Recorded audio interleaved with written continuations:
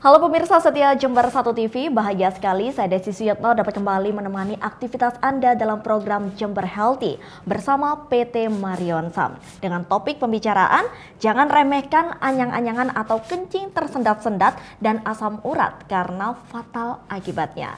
Langsung saja pemirsa kita sapa narasumber kita pada kesempatan kali ini, yakni yang pertama beliau adalah Bapak Ahmad Hartono. Bagaimana kabarnya Bapak? Baik, halo pemirsa, saya tahu bersama Marion Sam. Wah, Mbak Dia mungkin mau menambahkan untuk menyapa pemirsa yang ada di rumah. Halo pemirsa, sehat alami bersama Marion Sam. Oh, selalu ceria ya. Mbak Dia.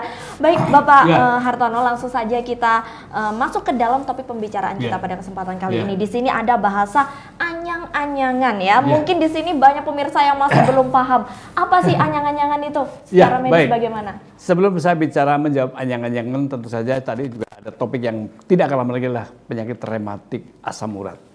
Ya, saya mulai dari rematik asam. Kenapa rematik dulu? Karena rematik lah penyakit yang luar biasa. Ada 115 jenis rematik tadi.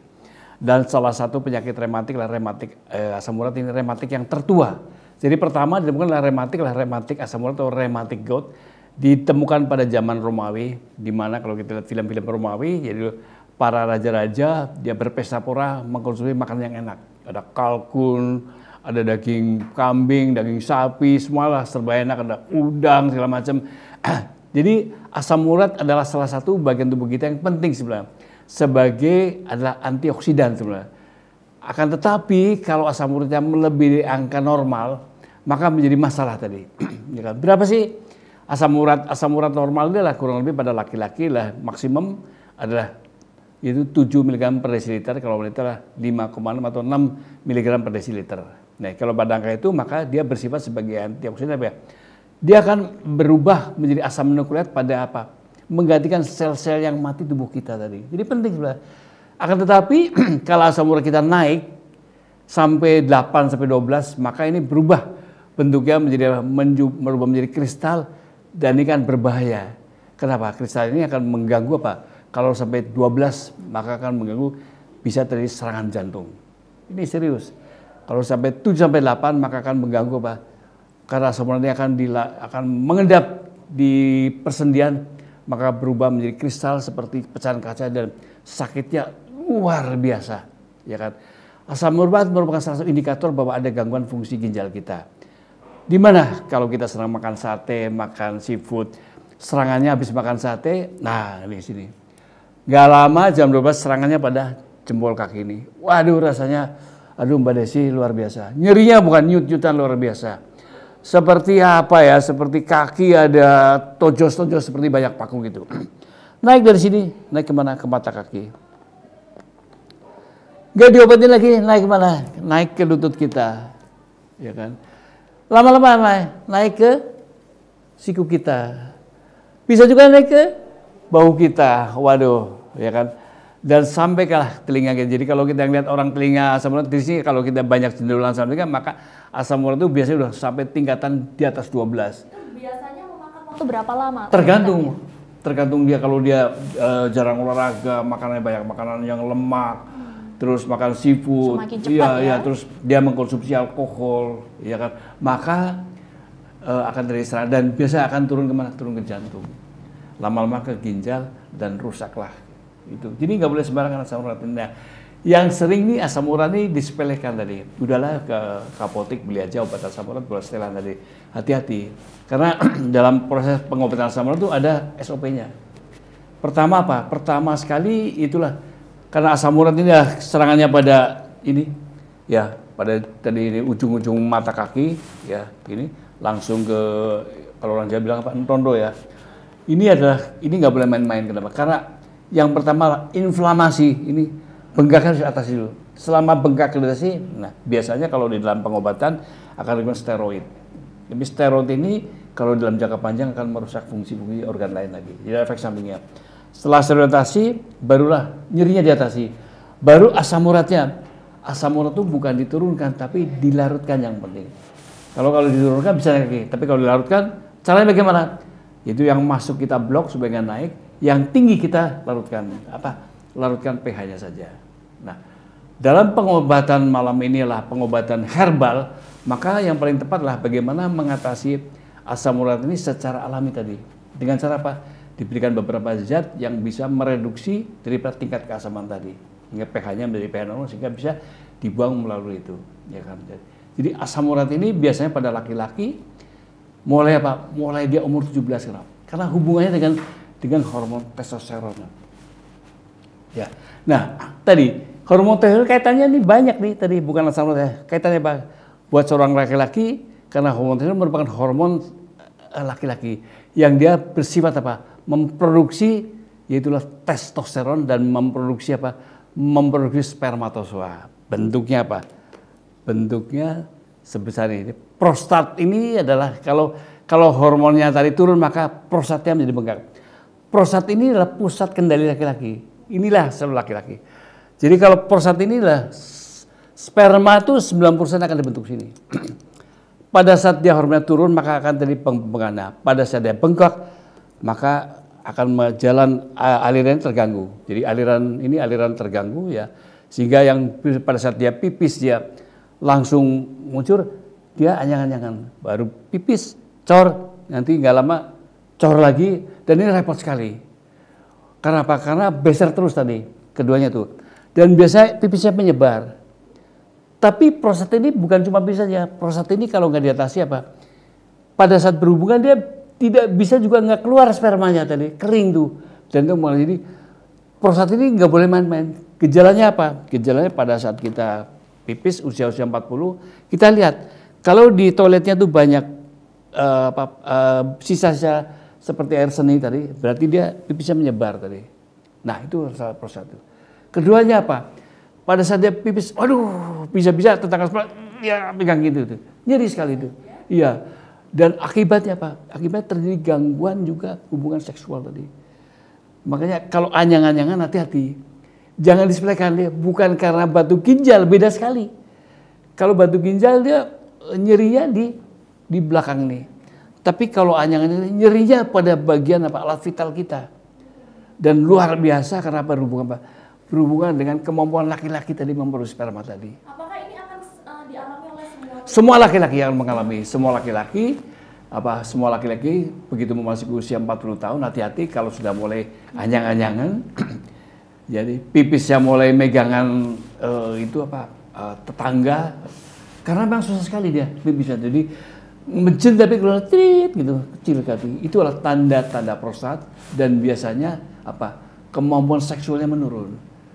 Apa? Jadi pada saat dia ejakulasi bisa keluar, bisa juga kosong.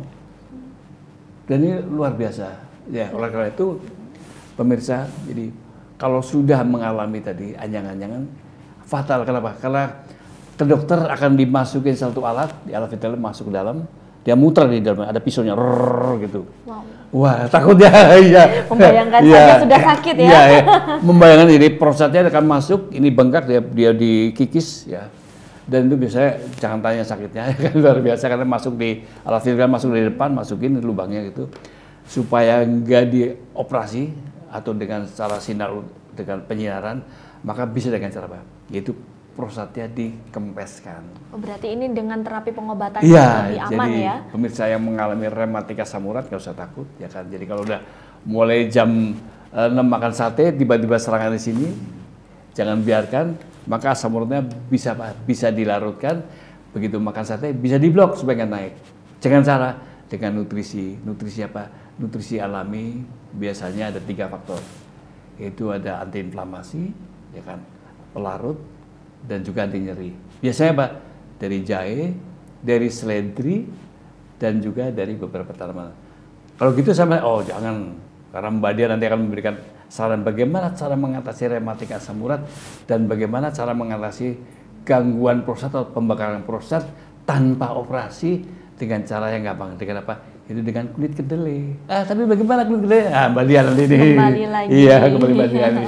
Nah, ini bagaimana Mbak Dia? Oke, jadi ketika bicara masalah jangan remehkan anyang-anyangan dan asam urat. Kalau anyang-anyangan kebanyakan dia dikaretin. Biasanya juga memakai ijuk sapu ya.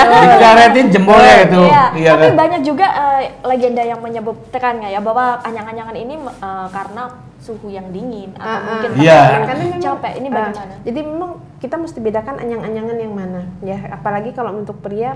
Sayangnya kita nggak ada pria selain Pak Hartono ya. Biasanya kalau waktu kecil itu suka ngadu jauh-jauhan air kencing, betul ya? Iya. Betul ya Pak?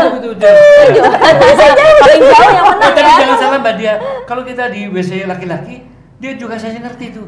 Ada yang, aduh gitu, itu serius. Jadi kadang-kadang kita kenapa dia susah gitu, serius tuh. Oh, langsung ditemukan di lapangan banyak ya. Saya sering memahami banyak gitu, aduh, ya kan. Begitu banyak pertanyaan juga yang masuk kepada kami karena mengalami efek samping akibat operasi daripada prostat itu juga, dan banyak yang mengalami serangan jantung diakibatkan karena meremehkan yang namanya asam urat. Nah, mengobati asam urat ini adalah gampang-gampang susah. Jadi ada SOP-nya pemirsa. Hilangin nyeri bukan indikasi rematiknya sembuh. Ini yang harus digarisbawahi karena kebanyakan dari kita mengatakan udah sih menyamakan rematik dengan sama kayak flu biasa atau demam biasa, demamnya hilang dianggap penyakitnya hilang. Padahal kalau untuk rematik tidak berlaku demikian. Nah, kalau kita bicara masalah rematik itu pengobatannya tidak instan, butuh waktu 1 sampai dengan 3 bulan dan kami butuh kerjasama daripada pasien. Untuk mereka yang rematik asam urat adalah penyakit yang disebabkan karena faktor kebanyakan makan. Itulah kenapa rematik ini dulu ditemukan pada orang kaya. Hanya orang kaya yang sebenarnya kandungan apa yang menyebabkan? Karena asam urat tadi. Karena jadi ketika kita makan protein diubah dalam tubuh menjadi asam urat ini jumlahnya berlebihan. Ketika dia jumlahnya berlebihan, daya larutnya sangat rendah, sangat mudah mengendap. Sayangnya ketika dia mengendap, dia berubah bentuk menjadi seperti kristal, seperti duri, dan itu tertancap di sini itu tadi. Akibatnya nyerinya luar biasa. Nah, untuk rematik asam urat ini karena faktor penyebabnya adalah dari faktor makanan, maka supaya tidak terjadi kekambuhan, supaya tidak terjadi komplikasi, maka hukum pertama yang berlaku supaya tidak terjadi kekambuhan adalah diet. Nah, ketika kita bicara diet, Mbak Dia, saya sudah nggak makan jeroan, saya sudah nggak makan seafood, tapi kenapa kaki saya masih sakit? Saya tanya, ibu makan daging berwarna merah nggak? Iya Mbak Dia, padahal daging berwarna merah itu adalah numero uno, artinya asam uratnya sangat tinggi. Kemudian yang kedua, biasanya saya akan tanya, ibu sering makan permen nggak? Atau sering menggunakan gula-gula buatan yang ada pada sirup nggak? Penelitian terbaru mengatakan penggunaan gula buatan memicu tingginya asam urat di dalam tubuh. Jadi nggak cuma jeroan ya Pak. Ya. Nah, ini kita minta si pasien untuk diet. Kemudian yang kedua adalah kita lihat berat badan si pasien. Kalau dia berat badannya berlebih, tolong diturunkan. Karena pada orang yang gemuk cenderung susah mengeluarkan asam urat. Dan yang ketiga adalah dilakukan pengistirahatan pada fungsi persendian. Bila pengobatan non-farmakologis ini sudah dilakukan, maka barulah diperlukan pengobatan farmakologis, bisa dengan menggunakan obat, bisa dengan menggunakan asupan nutrisi seperti tarang. Ini dia, seperti yang namanya remak. Nah, remak ini pemirsa bukanlah obat tetapi asupan nutrisi karena makanan menyebabkan penyakit. Biarkan makanan yang mengobati penyakit itu tadi. Lagi-lagi penyakit ini tidak memandang usia sama sekali. Betul. Ya. Karena tergantung pola makan. Mulai remaja tadi juga bisa kena. Cuman jarang karena kita menyepelekan. Seringkali ketika pada saat muda begitu sering keseleo, jarang yang pergi ke dokter. Begitu keseleo dia justru dia pergi ke tukang urut, padahal dia tidak jatuh. Nah, ini yang nggak disadari, ini gejala awal dari rematik asam urat. Kemudian yang kedua adalah seringkali ditemui rematik asam urat ini pada usia produktif pada saat pemeriksaan di kantor. Begitu asam uratnya tinggi, bohong nih, padahal saya nggak kenapa-napa. Disepelekan terus. Ternyata banyak sekali hal yang disepelekan. Baik Mbak Dia, ini ditahan dulu karena masih ada yang lewat setelah yang berikut ini.